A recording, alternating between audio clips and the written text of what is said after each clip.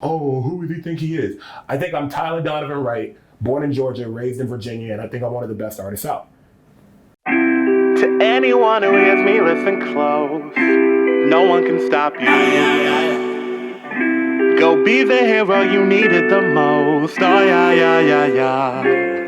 Greetings and salutations here. This is Tyler Donovan, a.k.a. Chubby Gambino, a.k.a. Rap Game Wayne Brady, a.k.a. Anderson Snack, a.k.a. Entree 3000, a.k.a. Filet Trinata, and we are here on Tidewater Waves. Man, that shit went crazy. Filet Trinata is the new one. Filet Trinata go kind of crazy. Yeah. That's wild. That's wild. Hey, a true artist himself, that was a crazy drop. Yeah, man. Yeah. Only the best. Only the best. Yeah. So, you already introduced yourself, who you are, where you from. We'll get right into it. Yeah. So Tyler Donovan, rapper, songwriter, from currently based in Norfolk, Virginia. I'm from Stafford, Virginia, which is up north. And got to put some words together. People seem to like them. So, yeah. All right. That's a great way to put it. Yeah. Yeah. So, what was that first experience that, I guess, all right, I want to do music, if it hasn't been there all the time? It kind of has. My mom was in the military, and hey mom, because I know you're gonna watch this. She was in the Air Force, and they had a group called the Airmen of Note, and they were basically like the premier jazz band, in the military. And she was the lead vocalist from, I think it was like 96 to 2003 or something like that. And so seeing her perform at like Constitution Hall, seeing her sing with like Shaka Khan and like Winona Ryder, and she worked with the Winans. And so I've always been around music. I remember going to the studio for the first time at like 4 or 5 years old, not knowing anything that was going on, but just fell in love with it. As far as rap, will probably be around like middle school, high school. I was like singing in choir and all that stuff, but I'd say like middle school is when that was like the blow up of the internet, and like streaming before streaming, so like LimeWire and BearShare and Rhapsody and all that stuff. And through like Pharrell and Kanye, I got introduced to Lupe, who's my favorite rapper. Through that, I got introduced to Tribe Called Quest, who's in that whole like 90s Tribe, Far Side, Souls of Mischief, that whole kind of scene. But as far as like starting to write my own raps, if I'm honest with you, bro, like everyone was like battling in school and stuff. And this is like around the time 8 Mile came out, so everybody thought they could rap. And so we would just have freestyle ciphers in like either in like lunch or like in gym class or whatever. And I got called out a lot because of like my weight, or because I wore glasses, or because I have a lisp, or because I was in choir, all the stupid stuff that kids shouldn't get picked on for, but the society we live in. And I just responded. But what was crazy was I didn't even respond with my own verse. I definitely jacked a verse from, and it gets even weirder than that, from Mike Shinoda of Linkin Park. He had a group called Fort Minor. But before that, Linkin Park had a song called High Voltage, and he had a verse on there that was like really, really dope. And so I just spit that in the cypher, and everyone was like, "Oh, he's 12 years old and using double helix in a verse. I don't know what a double helix is. We just learned about it in the science class, but he used it." And then maybe like 2 weeks later, like I started writing my own verses and then battling and all that stuff. So that was a very long-winded answer. That's what we need for our interview. So. Yeah. Feel free to just. I appreciate it. Yeah. But, that's interesting, the story. So, like, you feel like it was kind of I guess one release, but, like, you kind of like express it like, all right, well, hey, stepping up to the plate. Yeah. To, your fellow classmates or whoever. Yeah. I mean, yeah, it was just boil it down to the root, it was a defense mechanism, honestly. Like, I never really bothered anybody. I kind of stayed in my own lane, mind my business. And I'm a pretty empathetic person. I wear my heart on my sleeve, as my friends will tell you. So I express my emotions, and I've always been like a pretty decent sized dude. So like no one really messed with me like physically, but and it was never like I wanted to like fight people and stuff. So it's like, okay, how do I get these kids to leave me alone? Oh, okay, they're rapping. Okay, I can rhyme. And it just kind of went from there. And then I don't know. There was like this moment where I was just like, oh, like I'm good at this, which is always a good thing. But also it was like I don't. It was the one thing where I was like, I don't have to think too much. It was an honest expression. That's what it was. Like it's really easy to try to like portray or try to calculate people's perception of you. Like you have more control of it. We see that with social media now. Like people don't ever post like when they're going through it, and if they do, then it's they're seeking attention. Mm-hmm. With me, rap, it was always like, okay, this is the most effective way that I can communicate how I'm feeling with people, and that started pretty early. So that's kind of like what kept it going. Gotcha. Okay. Yeah. Word. So, and you mentioned, something important as well, just in terms of like, the bullying factor, just picking on kids. So, how did you deal with that then? And just like, how that relates to you being an artist today and just your expression. That you just kind of have to let that stuff roll off of you. I'm pretty good at taking whatever like my insecurities are and making them sound cool. Like one of the first songs I ever did, I rapped over Check the Rhyme by Tribe Called Quest. And one of the lines was, don't worry about the lists. And I like extended that. And then I said, because with the lyrics that I kick, I'm at the top of your list. And the first show that I did, I'll send you footage of it, but the first show that I ever did in Morton, like the crowd heard that and they were like, yo! So it's a sense of, I guess, acceptance. And the hip hop that I grew up with, the hip hop that I loved, everyone was, wow, I sound like an old head. But like, everyone kind of like Q-Tip. You knew Q-Tip because he had a unique voice. You knew Busta Rhymes because he had a unique voice. You knew Pharoah Monch. You knew all of these people, and you could tell within 2 seconds of a verse, like, oh, that's such and such. I'm excited now. You know what I mean? And so for me, it was kind of like balancing it out, where it's like, okay, I struggle with these insecurities, but if I can take that power captive and use it for something else, use it for something more effective, then it'll work out, and so far so good. Yeah. And then, also just that upbringing, like with your mother being, artist, creative, a lot of words you could put to it with, these days, like they kind of cross borders because you really creating something from nothing. So, seeing her go through that and be like an artist, how, you kind of touched on it, but like how important was that to like, man, like be exposed to what's possible. Yeah. I think for her, when it comes to my mom, it was just the joy that comes from it. Like just the joy that she had when she was on stage, or even with rehearsing with the band, or just in the studio. Like I didn't see that joy, and not saying that she was like a super sad person, but I never had seen that joy from her in any other capacity than that. And I'm kind of the same way. If you see me like out in like public, I'm usually pretty reserved, for lack of better words. I kind of stay out of the way. I mind my own business. I'm just kind of in the cut. Even like when I go to like functions or whatever, like if the homies are like most niggas are going to like the bar and to parties and stuff to like hook up with girls or try to meet girls and hook up or whatever. And honestly, bro, I'm just there to listen to the DJ.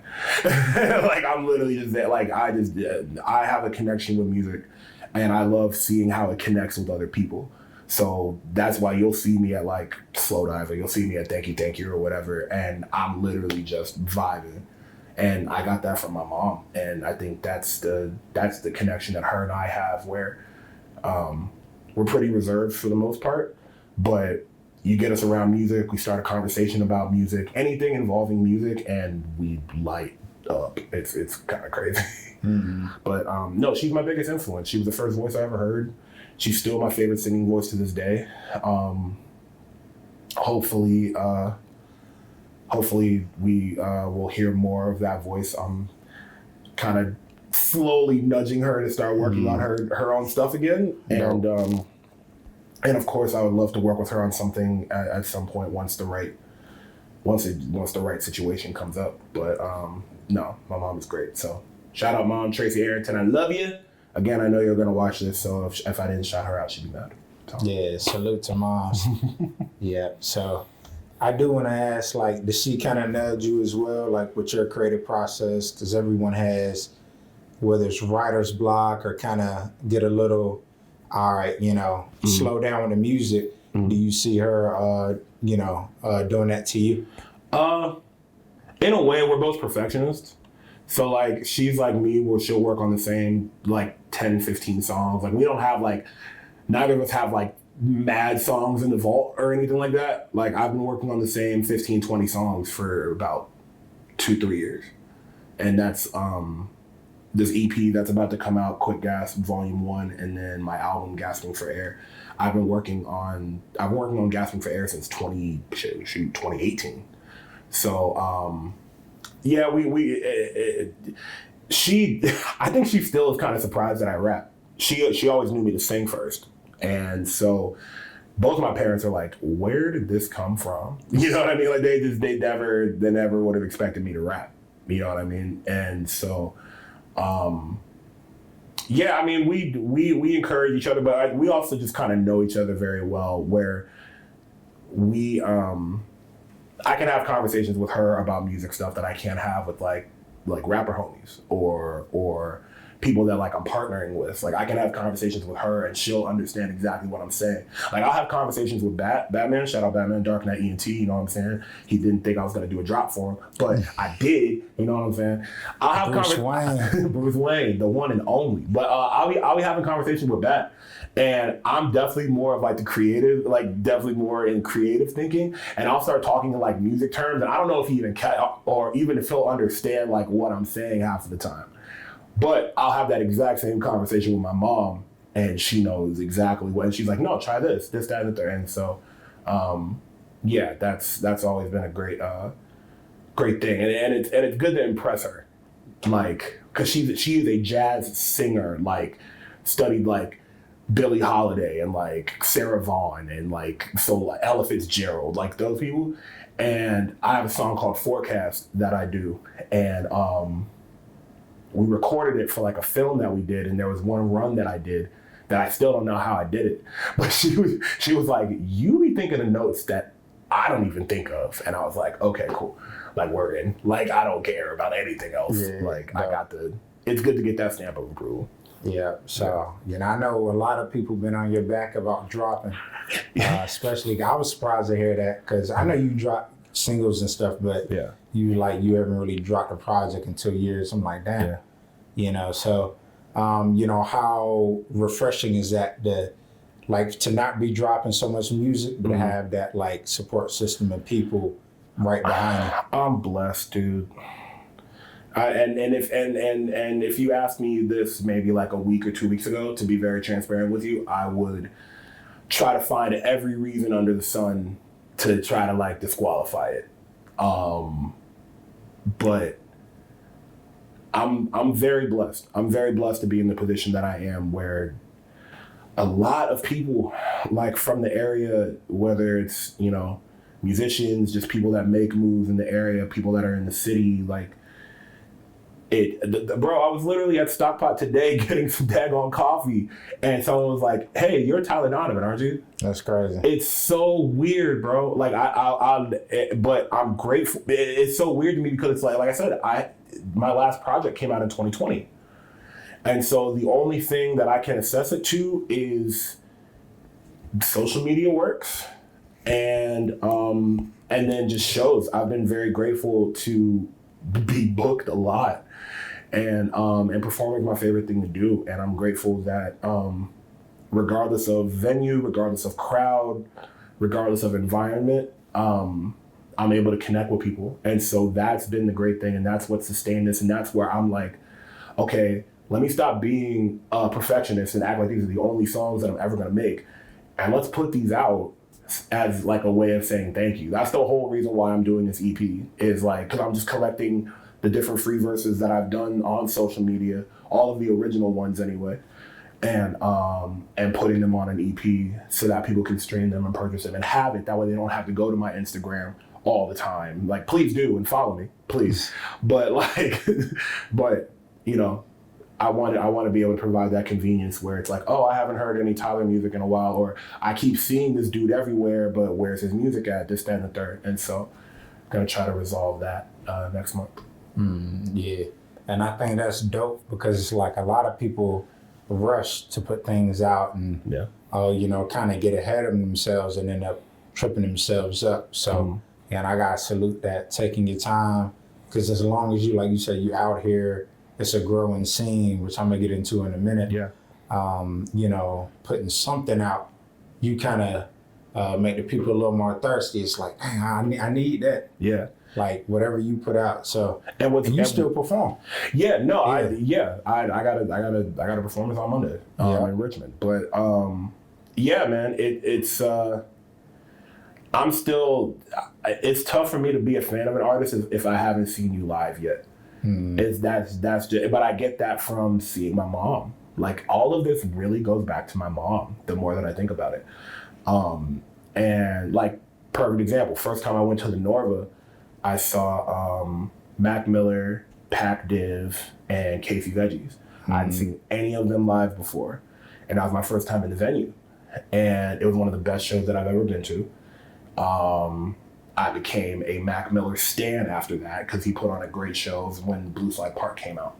And I fell in love with the Norva. And that show was in 2012, 2013, something like that. Oh. And from that point, I was like, I'm going to play the stage. Yeah. I don't know when I'm going to do it. I don't know how I'm going to do it. But it's just one of those, it sticks with you. So yeah, I think all of the shows that I've been doing and all the shows that I will continue to do, it's kind of leading to that moment where it's interesting to see, like, we're on the cut, like, this is about to pop. I don't know what's going to be like the moment that like makes it like really go, but we're close. And so it's just staying consistent, staying with the shows. Now that we're putting the EP out and being able to have something to like bounce off of, and just excited to see where the momentum goes. Yeah, definitely. And I like what you said about momentum, because you talk to anybody, Virginia's been here for a minute. We know outside of Virginia, that's where it's trying to go. But like, it's definitely something, I would say in the water, something going on. But we had some hiccups, and then, it's going to be another resurgence. I agree. But yeah, like I said, I did want to ask you about the Virginia music scene, how, inspiring is that to you, just with all the creatives and stuff we have and people you can collaborate with? Yeah, I mean, there's talent everywhere. What's special about Virginia is, like, regional sounds are already really dope. So it's like, like what a New York sound typically sounds like, what a Cali sound typically sounds like. There's no typical sound for Virginia. The typical sound is DIY. It's just figuring it out. Yeah. You know what I mean? Like, Pharrell and Chad, 9 times out of 10, I won't say 9 times out of 10, I wasn't in the studio sessions, but a lot of the time, P and Chad were using like stock sounds, whether it be from their keyboard, from their gear, or from their program or whatever, and they were manipulating sounds in a way that you ain't never heard before. Timbaland sampled a freaking Baby and made like one of the hardest beats that I've ever heard in my life.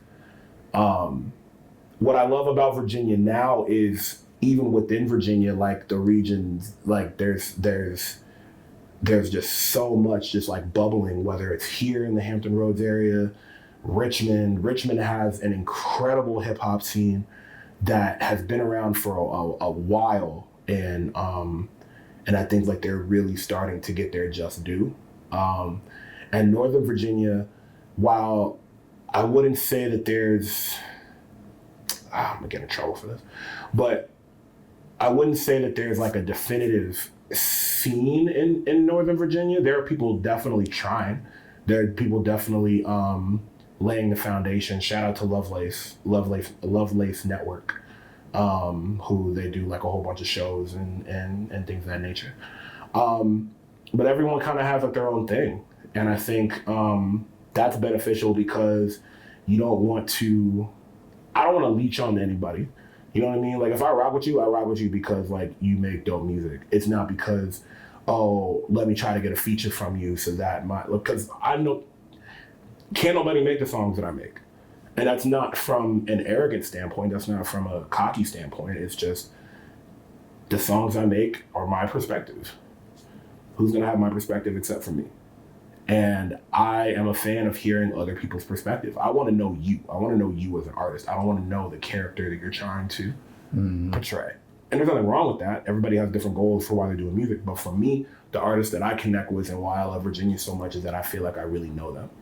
Like, I don't know Al Doms personally like that. Like we know of each other and there's a mutual respect there. But I feel like I know him just off of the records that he makes. You know what I mean? I know Sunny Moonshine off of the records that she makes.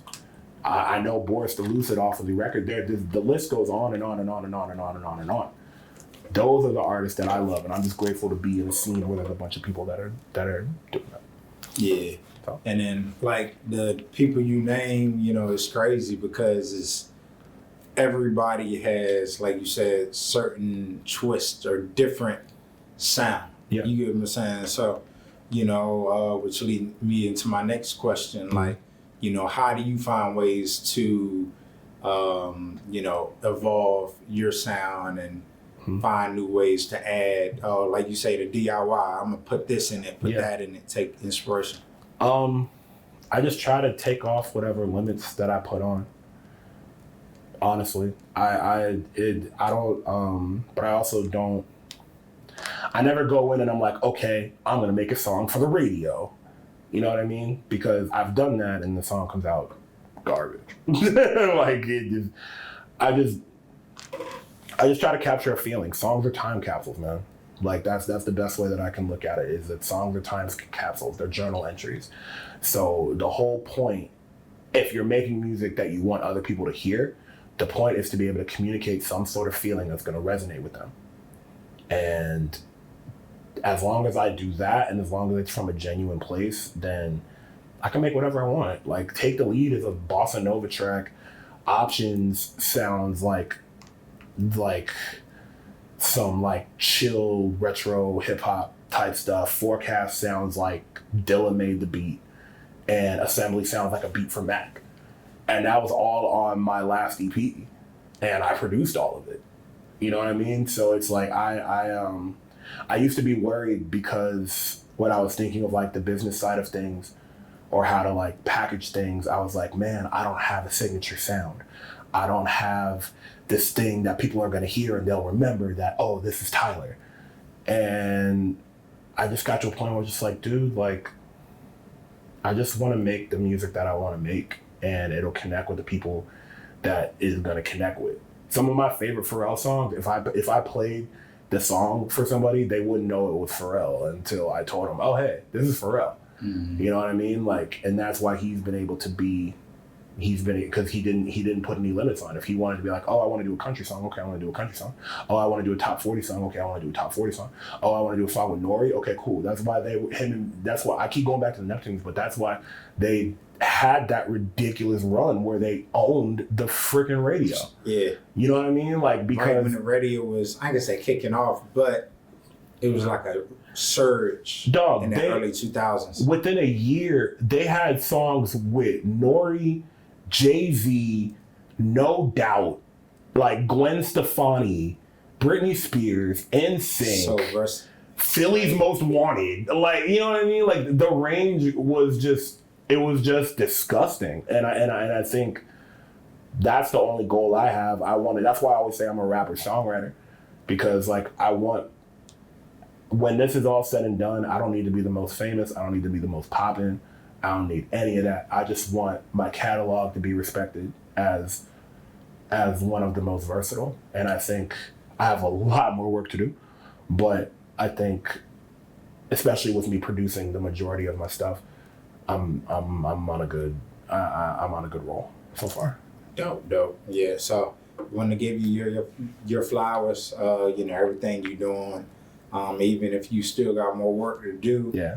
Everything you create. You gotta appreciate people's music, their creativity. So. And I definitely appreciate that, and I do want to give flowers on camera as well, because we've talked behind the scenes about how important this platform is, and I'm grateful that artists are utilizing this, because this is how we create the scene that we keep saying that we want. We want Virginia to be in that conversation of like an Atlanta or like a New York or Chicago or whatever. And no, we may not have the same resources that those others sit in their bigger cities, of course.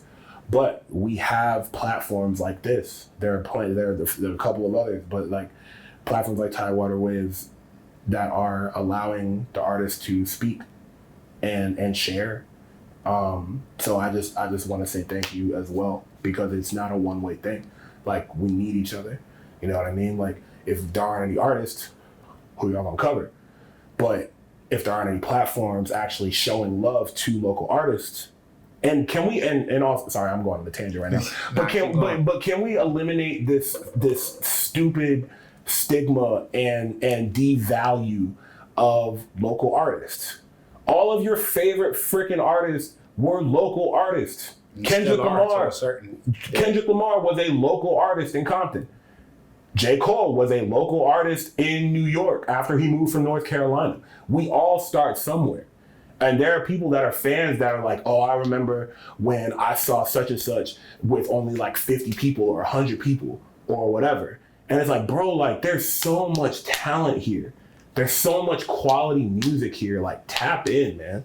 Like, please, like, whoever is watching this, like, just I know the interview's about me and cool, but like, for a second, like, just because there's probably people that'll that'll watch this and then check on my music, and it might not be for me, but I don't, or it might not be for them. I don't want that to be, well, all Virginia music is trash because I gave this one guy a shot out of like 200 artists. Like, I'm not gonna sit here and act like I'm the high and mighty, like the only one. Is my pen nice? Yes. Do people want to see me with rapping? Absolutely not. And that energy continues, and I'm not in competition with people, because I know where I'm at, and I know what I'm here to do, and it's not to be the best rapper in Virginia. I'm one of the best rappers in Virginia, but my goal isn't to be the best rapper in Virginia. My goal is to help people. My goal is to connect with people through music. And there are other artists that do the same thing.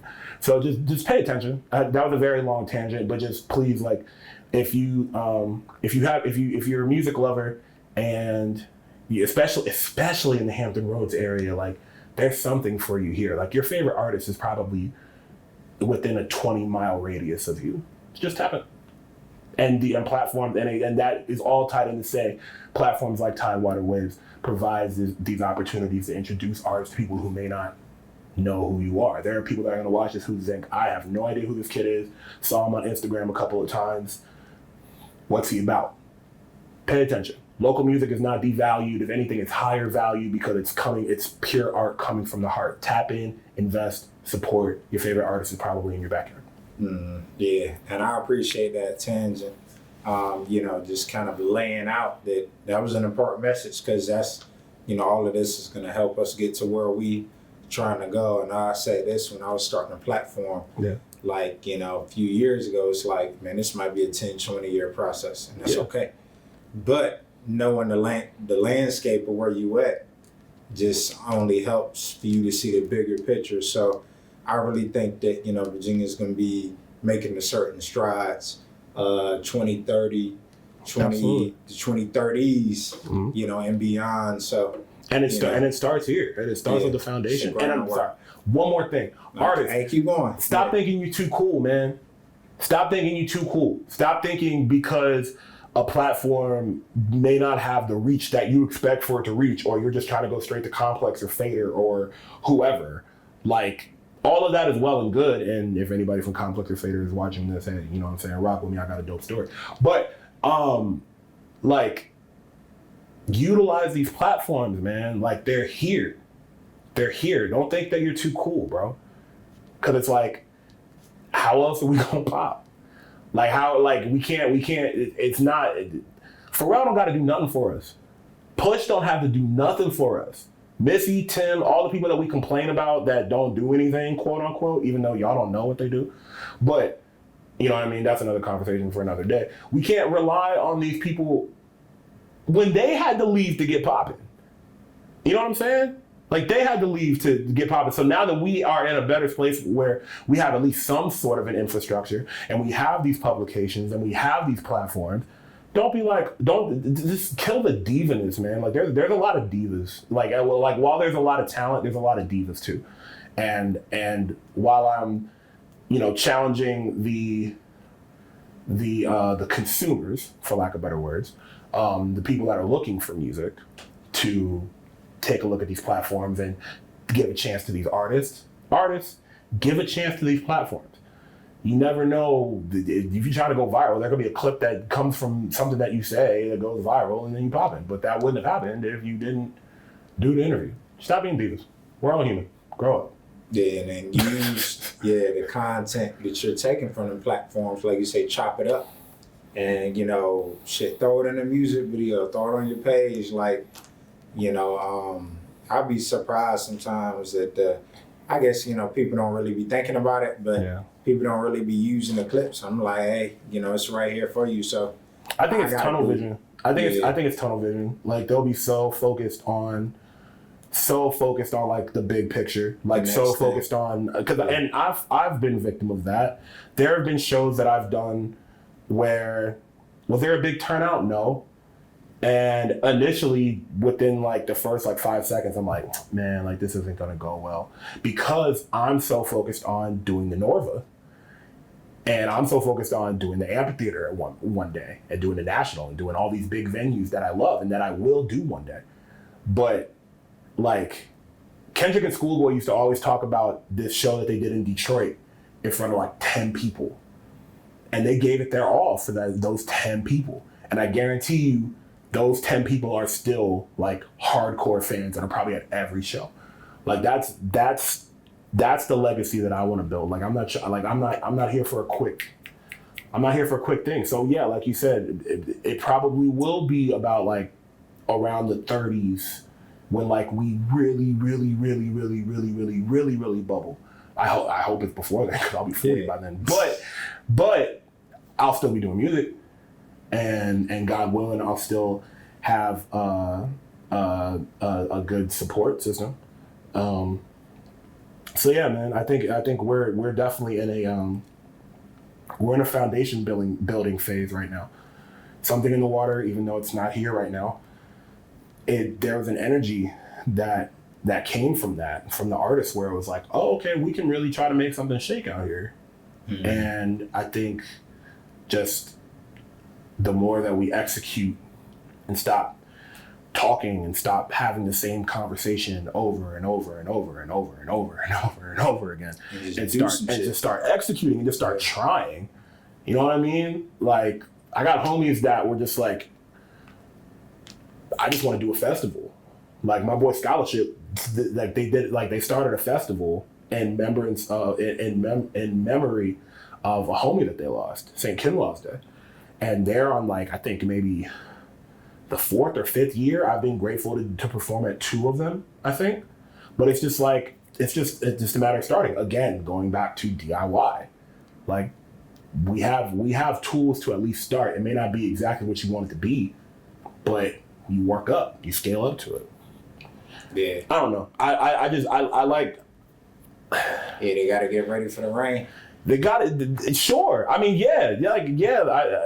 in a sense, yeah. Get ready for the rain, because I'm coming, of course. But also just, and it's a challenge to myself too. It's just it really just boils down to how bad you want it. Like, I think I'm a headline as far as performances go. I think I'm a headliner caliber artist. I've been grateful to headline a couple of shows. Hey, look, there's one correction I'm gonna say. It's not thank. You are. I appreciate it. Yeah. Thank you. You go in and say it. I appreciate it. Well, I can think that, and the reason I say I think that is because I would book my own shows. And so grateful. Thank you, Raisa. Thank you, Utopia Fenning, because they always hold me down. Yeah, shout out to Raisa. Always hold me down, no matter what. And have there been times where I'm like, oh man, like I could have did that show, like I could have did that, but clearly either promoters either haven't caught wind of me yet, or I didn't fit, or whatever.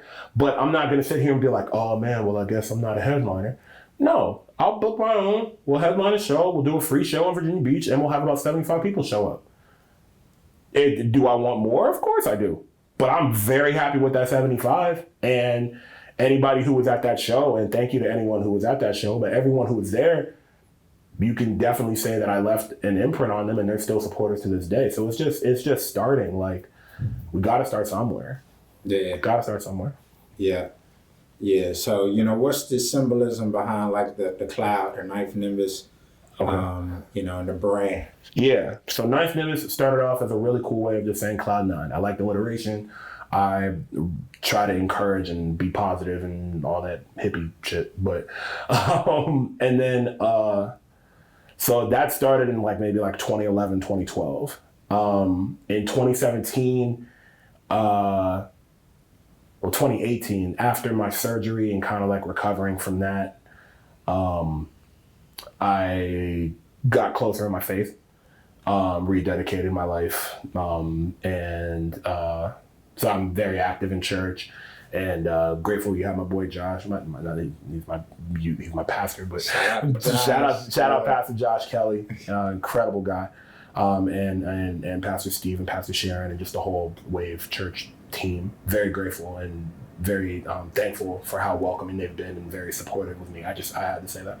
But rededicated, got baptized, and I was just reading my Bible one day, and there was a story in the book of Numbers, ironically enough, chapter 9, and it was talking about the Israelites. They were escaping slavery in Egypt, and a cloud formed over them.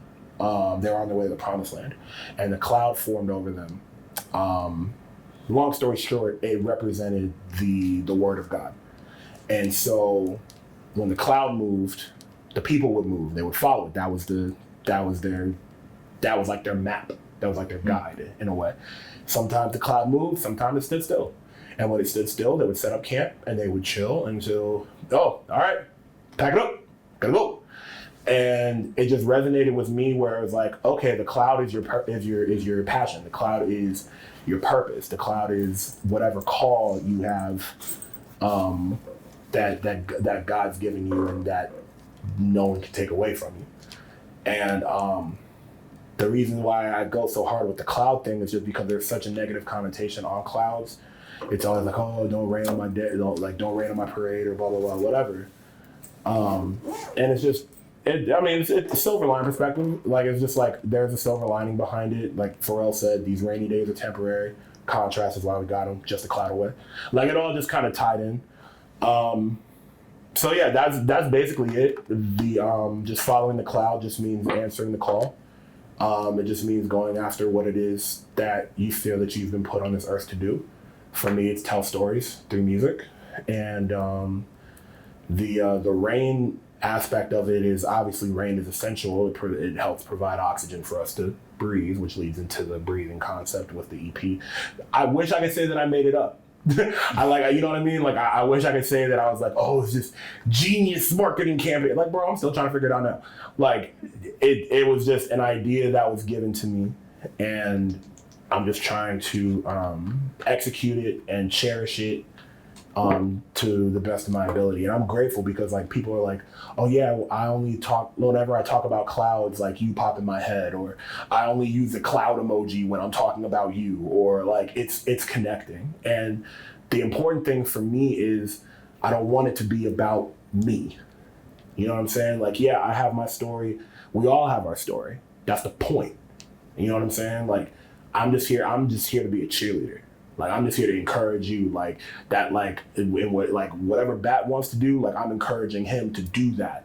And being like, if that's really what he wants to do, then okay, then the cloud is moving. Let's follow it and let's figure that out. The rain, it can be the blessings. The rain can be the kingdom. It can be whatever you want it to be. Like, same with you, like with Tidewater, with whatever it is that you do. Because if people don't know, this man is multifaceted and does like a million different things and is super talented. So like, tap in with my boy. But like, of course, man. But like, even just encouraging you, like, you're following your cloud because you're a creative. You want to create whatever your intentions are for creating, whether it's to help people, whether it's just expression, whatever it's for. If it's in your passion, if it is your purpose, if it's from the heart, then you're following your cloud and you're a Nimbus 9. Like, that's really all Nice Nimbus is. So yeah, and it'll branch out into film, and it'll branch out to clothes and different products, and it'll be its own like production company when it's all said and done. But yeah, that's basically what Nice Nimbus is.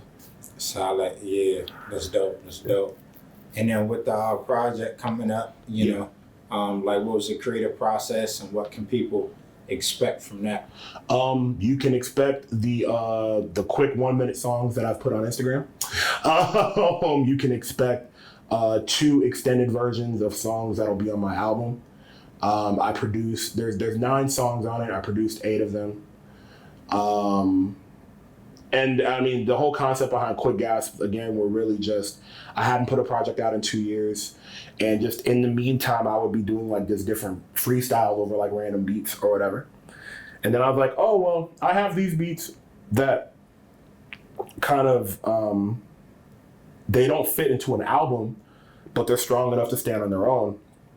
And then I just compiled them together, sequenced them, made sure that it sounded right. But I think it's a good appetizer, because the album is really personal. The album is, if you're expecting like bars that like I do over like other people's beats on Instagram, like randomly, like if you're expecting like my neck and wrist verse, or if you're expecting like any of those verses on my album, Gasping for Air, you're not gonna get that. It's a very personal record. It's a release from me, and hopefully when you've heard it, you'll know me a little bit better, and hopefully we can connect and move forward in this journey together. The EP that's coming out, Quick Gas Volume 1, is kind of the same, but it's more kind of just like free-flowing. We're all just like, oh, I made this beat. I'm not going to put a big concept behind it. I just really just want to rap, sing a hook, and put it out. And the intention is just, one, to reintroduce myself to people, because again, it's been 2 years. There are people that have been to a show of mine that don't know a lick of my music, but they're like, oh, you're a great performer. Okay, cool. Well, I make the music too. You know what I mean? Like, I'm not just doing other people's songs. So, and I think it'll show my range as a producer. I think it'll show that with the pen, I'm alright. And I think it'll show that I can string a project together. Kind of more spontaneous than what I'm used to. This is a very long-winded answer, but expect some good music, man. Expect some good music. There are 9 songs, total runtime about 15 minutes. Any so it's features? Yes. On the 2 extended versions of the songs from my album. So I have a song called Assembly, which has kind of been probably like, I'd say that's like my most popular song as far as like shows go. That's the one that usually connects with people a lot. Like that song. Oh, yeah. So my boy Smith from Richmond, he did a verse on there and killed it. It was incredible.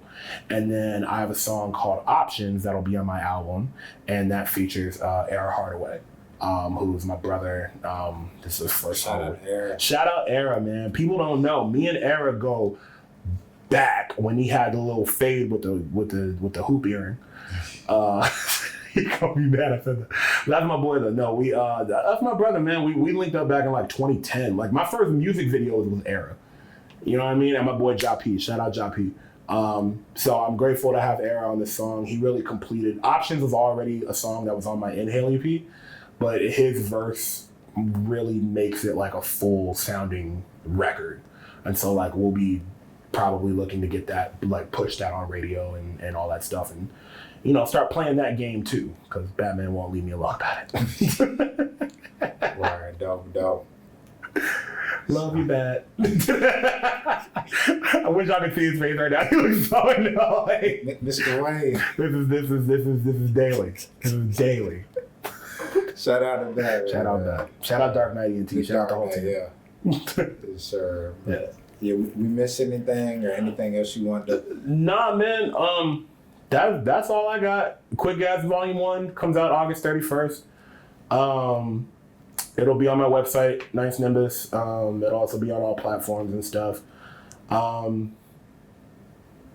Plan to just see a lot of me in the next year, whether it be the EP, whether it be the album, whether it be shows. I'll say this, and this will, I guess I don't know if there's any more questions, but this will be one thing I do say. And just because I'm a very transparent person, and I told that I didn't really have like any talking points. I just chopping it up. Exactly, and that's what I appreciate. But I do want to take a second and really just say thank you for anybody who legitimately cares, and for anybody who legitimately supports this music. This ain't a therapy session, so I won't go into everything, but I struggle with doubt. I struggle with anxiety. I struggle with the fear of being a failure. A lot. Like, more than people know. And you guys, whether it was even something as small as sharing something on your story, or retweeting a freestyle that I did, or a music video that I did, or coming to a show, or telling your friend about me, like, look, yo, I'm not gonna do like the facade. I got no label. I got no budget. I got no, like, everything that, like, the majority of what you see is like, I made this shirt. You know what I'm saying? I produced my music. I made my website. This is all coming from me.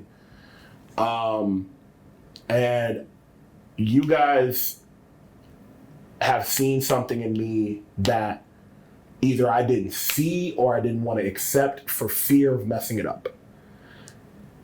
I just want you to know that that's dead. I want you to know that while I still don't see exactly what it is that you guys see, and it's probably not my job to see it, because I feel like if I did see it, I'd get overwhelmed. I'm not going to deny it anymore. I'm very grateful for the position that I'm in. I'm very aware of the position that I'm in. Across the board, man. Any of like especially for a kid who's not from here. I'm not from here. I'm from Northern Virginia, bro.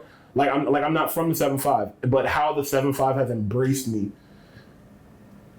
in any scene or circle that you want to throw at me. Like, you know what I mean? Like, the fact that I'm respected, and the fact that I've been able to kind of build this following and stuff. Just thank you. Thank you. Because I don't know where this goes. I know it's up. That I know. I know it is up. And in the great words of Al Dobbs, the chosen ones choose themselves. I'm choosing myself. Thank you for choosing me. And get ready for the rain, because the storm about to be heavy as a motherfucker. So. Yeah, that ninth Nimbus is on the way. Feel me? Quick Gas Volume 1 on the way. Gasping for Air on the way. Artists, if you need beats, holla at me. Singers, if you need songs written, holla at me. I'm ready to work. I'm ready to work. Yeah, and I still think I'm top 5 live performances. I take the think out, man. Come on, man. Well, it's man solidified his own music. It is all opinion, bro. That's the thing. It's all opinion, and I'll never. The chosen ones choose themselves 1,000%, but it's still your opinion and it's still your choice, right?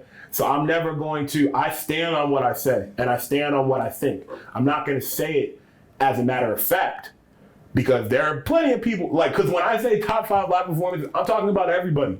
Like, put me on a bill with Pusha and I'm holding my own. I've done bills with Nicholas F. and held my own. All the people that are in my top 5, with the exception of Doms, because Doms and I haven't done a show together yet. But when Doms and I do a show together, I'll hold my own. Like, I'm not weak. Like, you know what I mean? Like, I'm very friendly and I'm very kind because I'm not a diva, but like, I know what I do, and I'm very proud of what I do because nobody can do it like I do. Just like nobody can do it like you do. Whoever's watching this, regardless of what you do, no one does interviews like you. No one markets like that. No one raps like me. It's not a matter of one's better than the other. But if we want to get into the sport talk, then we can. Because like, you know, you can say Childish Gambino. You may not be a fan of his music, but he can rap. It may not be for you, but he can rap. And I consider myself to be, if I was going to compare myself to anybody, I would say that I'm the Virginia's equivalent of Childish Gambino. And if he's not rapping no more, that means that lane is open, and I'll take it. Mm-hmm. But like, I say all that to say that was a tangent, and there are going to be people that just take this part of it and be like, oh, who does he think he is? I think I'm Tyler Donavan Wright, born in Georgia, raised in Virginia, and I think I'm one of the best artists out. And chances are, if you're watching this, I think that you're a great artist too. Let's stop this fake competition. That's not how we can do friendly competition, and there are people that push me to get better. Like I mentioned Doms already. Doms makes me want to get better. Intellect makes me want to get better. Chris Stassi makes me want to get better. Boris the Lucid makes me want to get better. Like these are the artists that make me want to do better because they're focusing on their expression. They're focusing on their lane. That's how we become the next Atlanta, even though we'll probably be more like the next Chicago. Exactly. But you know, it is what it is. That's how Virginia gets on the map. Pharrell wasn't like, oh, I'm going to try to make this Timbaland beat. Tim wasn't like, I'm going to make this Neptune's beat. Like they were just like, I'm just going to make the best music that I can. So that's what I'm going to do.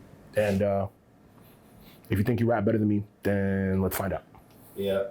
Well, hey, look, salute to you. Everything you said is facts. We got Tyler Donavan, and we out. Follow the cloud.